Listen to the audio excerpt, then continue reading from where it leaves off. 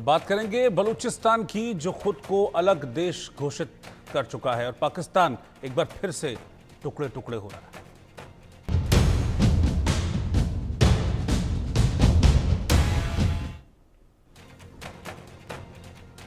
तो पाकिस्तान पर कहते हैं ना कि शनि इस वक्त चल रहा है, और एक तरफ से नहीं, पाकिस्तान हर तरफ से घिरा हुआ है।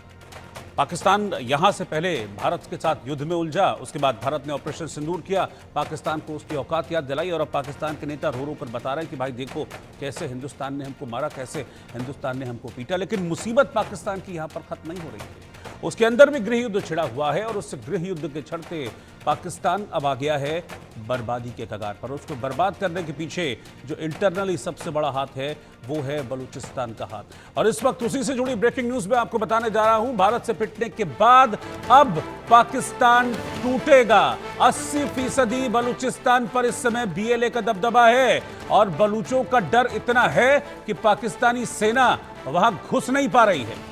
कोशिश की थी मुनीर ने भेजने की, लेकिन वहां पर कैसे पाकिस्तानी सैनिकों का संहार किया बलूचिस्तान के लड़ाकों ने, उसकी एक एक तस्वीर हमने आपको दिखाई थी। राजधानी क्वेटा से डर के मारे पाकिस्तानी सेना बाहर नहीं निकल रही है। बलूचिस्तान के बड़े हिस्से पर इस समय पाक आर्मी का कंट्रोल नहीं है। यह स्थिति इस वक्त है। बलोच लड़ाके जहां जैसे मर्जी पाकिस्तानी सैनिकों का शिकार कर रहे हैं और खुद को आजाद वो घोषित कर चुके हैं। बलूचिस्तान में जगह जगह जो सरकारी इमारतें हैं वहां पर बलूचिस्तान के झंडे लहरा रहे हैं। बलूच खुद को आजाद घोषित कर चुके हैं।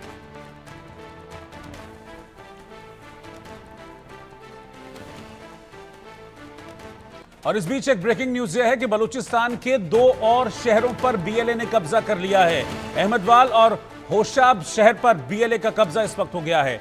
हाईवे पाक सेना की चौकियों पर बीएलए इस वक्त काबिज है, और कई रेलवे स्टेशनों पर भी बलूच लड़ाकों का ही दबदबा इस वक्त देखा जा रहा है। तो ब्रेकिंग न्यूज इस वक्त की मैं आपको बता रहा हूं, बलूचिस्तान में 2 और शहरों पर कब्जा जमा लिया है। इस वक्त आप ये समझिए कि 80% बलूचिस्तान इस वक्त बलोच लड़ाकों के पास है, और उनका यह कहना है कि हम यहां न पाकिस्तान के किसी अफसर को घुसने देंगे, न पाकिस्तान के किसी नेता को घुसने देंगे, क्योंकि बलूचिस्तान हमारा है। बलूचिस्तान से हम किसी भी तरह का कोई समझौता पाकिस्तान के किसी अधिकारी और नेता के साथ नहीं करेंगे।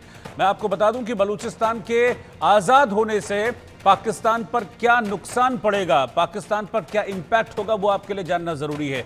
बलूचिस्तान अलग हो गया तो आप समझिए कि पाकिस्तान अपनी आधी जमीन गंवा देगा, यानी कि आधा रह जाएगा पाकिस्तान, और वो हिस्सा जो बलूचिस्तान में चला जाएगा वो ऐसा है जो कि सोना उगलता है।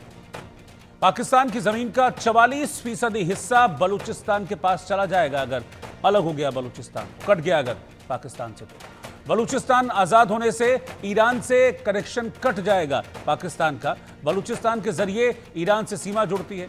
बलूचिस्तान की आजादी से पाकिस्तान की अर्थव्यवस्था चौपट हो जाएगी। बलूचिस्तान में सोना, तांबा, प्राकृतिक गैस के भंडार हैं, और इसीलिए चीन वहां पर घुसकर बैठा हुआ है। सीपैक के तहत वहां पर अपने प्रोजेक्ट्स बना रहा है। इस बात को लेकर भी बलोच लड़ाके नाराज रहते हैं, और पाकिस्तान के साथ उनकी लगातार टक्कर चलती रहती है। मेरे साथ 2 खास मेहमान हैं। Major retired Mohammad Ali Shah, defence expert, इस वक्त मेरे साथ हैं, और कर्नल रिटायर्ड संजीत सिरोही साहब, सीनियर डिफेंस एक्सपर्ट, आप भी मेरे साथ हैं। आप दोनों का बहुत बहुत स्वागत है। कर्नल सिरोही, पहले मैं आपके पास आ रहा हूं। बलूचिस्तान मतलब जहां बलूचिस्तान सुनता है पाकिस्तान की पेशानी पर बल पड़ जाते हैं, और इस वक्त बलूचिस्तान ने खुद को आजाद घोषित कर दिया है, और अब हालत यह हो गई है कि वहां 80% बलूचिस्तान पर इस वक्त बलोच लड़ाकों का कब्जा है। तो ये पाकिस्तान के लिए और ज्यादा टेंशन की बात है, क्योंकि सारा नेचुरल रिसोर्सेज पाकिस्तान का, आप मान के चलिए 80% से ज्यादा वो बलूचिस्तान में रहता है, और अगर वो निकल गया पाकिस्तान के हाथ से तो ठन ठन गोपाल है फिर।